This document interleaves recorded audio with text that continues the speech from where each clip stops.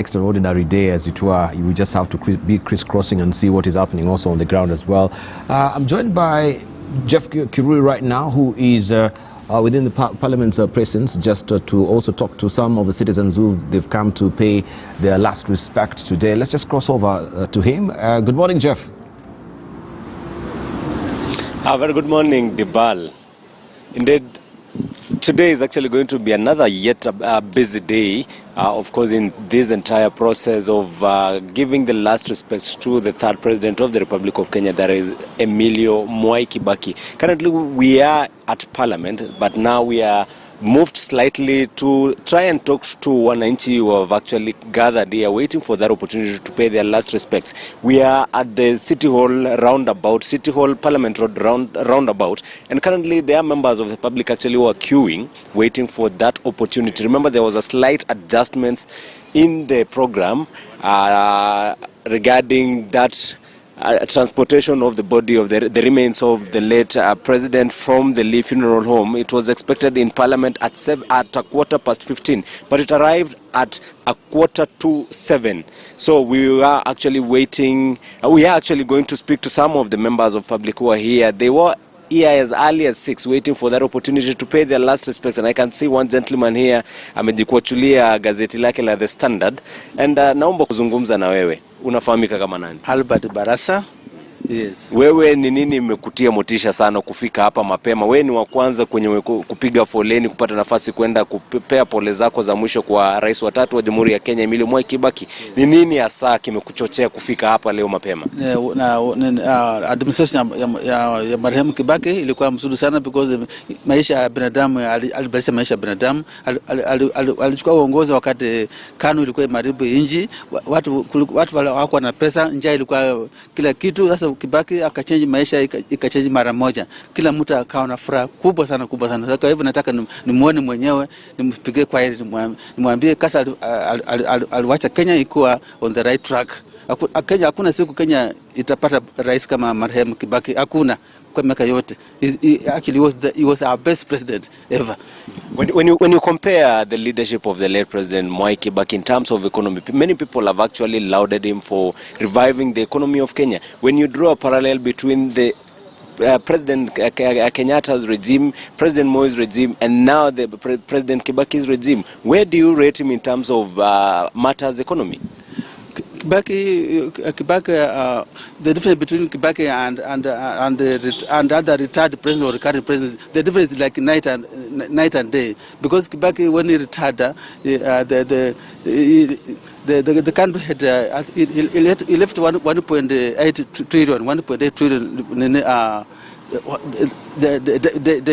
Now today, how much money do you have? About almost 7 trillion, and this is hardly 10 years. Kibaki was the president for 10 years, and he left Kenya with a debt of only 1.8. So Kibaki was the best economist. Like enough, he trained as an economist, and he applied that expertise. That's why he was able to change Kenya just instantly. We are going to miss him, and we can never replace Kibaki in our lives. Thank you very much. I can also speak to this gentleman here. Unafahamika kama nani? Kama Michael Mwanki, na nimekuja kwa mzee ili yametuachia mambo makubwa yenye tuweze sahau. Sasa hiyo video umekanyaga hapo ni carpet na kulikuwa kama tope. Kwa hivyo huyu mzee ni wa maana sana kwa hii yetu, mpaka kwa ulimwengu mzima. Barabara tulikuwa hatuna rami, sasa tuko na zingine zinapitia kwa hewa. Kwa hivyo ndio nimekuja asubuhi namna hii, ndio nimwage kwa heri heshima zangu za mwisho. Ninashukurani sana, na kama Mungu anaweza saidia hii yetu ikuwe na rais mwingine kama huyo, tunaweza naenda habari sana. Aliinua uchumi wetu ikiwa chini sana, na saa hii amewashia ikiwa bali. Kwa hivyo ndio nimekuja asubuhi aida. Well, Fred, those are some, Dibal rather, those are some of the sentiments from Kenyans who are queuing here, waiting for that opportunity to go and pay their last respects.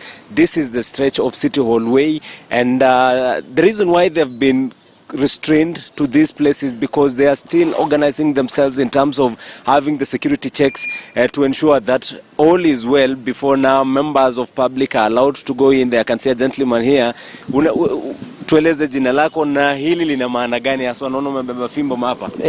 Hii sasa inanikumbusha. Unaitwa nani? Mimi naitwa Jafeth. Haya, jina ya kiusanii naitwa Swag Artist. Mimi ni msanii mzalendo. Maana ya fimbo ambayo umebeba ni nini? Maana ya hii ni uzalendo. Sasa hii itakuwa first time yangu kumit mzee Kibaki, former president. Sasa hii ndio itakuwa mara yangu ya kwanza kumuona live. Sababu Moi na Kenyatta sikuwaona. But sasa hii nimemake kama story ya au sasa ni wale wajasiri kwa kazi ya nini ya upresident. Kwa isa hii inawakumbusha kama usanii. Na kulingana na taratibu ambazo zimewekwa hapa bunge ni kwamba labda uenda ukakatazwa kuingia mle ndani na bakora yako, maanake wanasema ni swala la usalama. Sijui wewe hili utaliacha wapi? Okay, ile kitu ndafanya nishaongea na maafisa, wamenielezea vizuri venye ndafanya na nikauliza kwa nini siwezi ingia na hii. Na ukiangalia ni pipe. Ukiangalia hapa ndani iko through Si hapa iko through. Alafu hii hapa ni hiyo ball. Unaona hii ball ndio nimefunika na hapa. Sasa hii si silaha, hii ni art, inawakilisha usanii na sanaa hapa Kenya. Kwa hivyo sisi wasanii na sanaa lazima tuheshimike. Umeona? Lazima tuheshimike na pia tuangaliwe malezi yetu, tunaishi kivipi kimaisha. Sababu wasanii tumeachiliwa sana, sisi wasanii wa huku chini. Wale wanaangaliwa sana ni wale wa huku juu, wale wametrade. Lakini sisi tuko huku chini hatutambuliki. Umeona? Naam, asante sana. Pia I'll have to in terms of considering gender issue, actually in this queue most of the people who are queuing here to pay their last respects, most of them are actually men. Quite curious that we are yet, there is one lady here. I'll try speak to her, and of course in terms of maintaining the gender parity issue. Ma'am, naomba kuzungumza na wewe. Can I speak to you kindly? Wewe unafahamika kama nani? Velima. Unaitwa nani? Velima. Leo nini haswa imekuchochea kukuja kupanga laini hapa? Ni wewe unataka kutoa pole zako za mwisho na unamkumbuka Rais Mwai Kibaki kwa nini haswa? Kuna chochote ambacho unakumbuka Rais Kibaki kama alifanya wewe unaweza kumbuka? Hapana. Naam. Seems she's still young, so perhaps she's trying to figure out. And let me try see. Well, it appears like the entire queue is actually majorly made of gentlemen who are waiting for that opportunity. Right now, the queue is actually almost approaching the judiciary roundabout. That is the City Hallway judiciary roundabout. And of course, most of the members, actually, this process, the viewing of the body will start at 9 and it will end at 5 p.m. That is according to the steering committee, the funeral steering committee. And of course, this is a state function. The military has taken over this particular event, and all that pertains this tradition will be taken over by the military. I'll try to speak to one person. Actually, I can see there is a beautiful lady here. I can try to speak. Okay. They are also, it seems people are a bit cautious about speaking. Unaweza kunomba kuzungumza tu na wewe. Unaweza mkumbuka Kibaki kwa lipi haswa, na utufahamishe unafahamika kama nani? Nafahamika kama Wangoi. Kibaki tutamkumbuka kwa yale mazuri aliyotenda. Uongozi yake ilikuwa poa. Ni nini haswa unaweza kumbuka? Kuna watu wanasema kwamba kuna masuala ya uchumi, aliweza kuimarisha uchumi, masuala ya elimu, free primary education. Wewe haswa ni lipi lilikuguza hadi kafanya umefika leo hapa kupanga laini asubuhi kwenda kumpa pole za mwisho?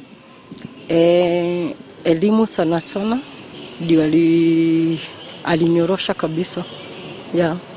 Of course, Dibal, we will be camping here actually in Parliament buildings. We will be trying to engage the members of the public. Yesterday there was an opportunity to engage dignitaries because on Monday it was actually dedicated for those public officers, state officers and dignitaries to pay their last respects. But for these remaining 2 days, that is Tuesday and Wednesday, members of public and all other dignitaries, any other person who would wish to pay their last respects to the retired president will get an opportunity between 9 in the morning and 5 in the evening when the body now will be taken back to Lee Funeral Home.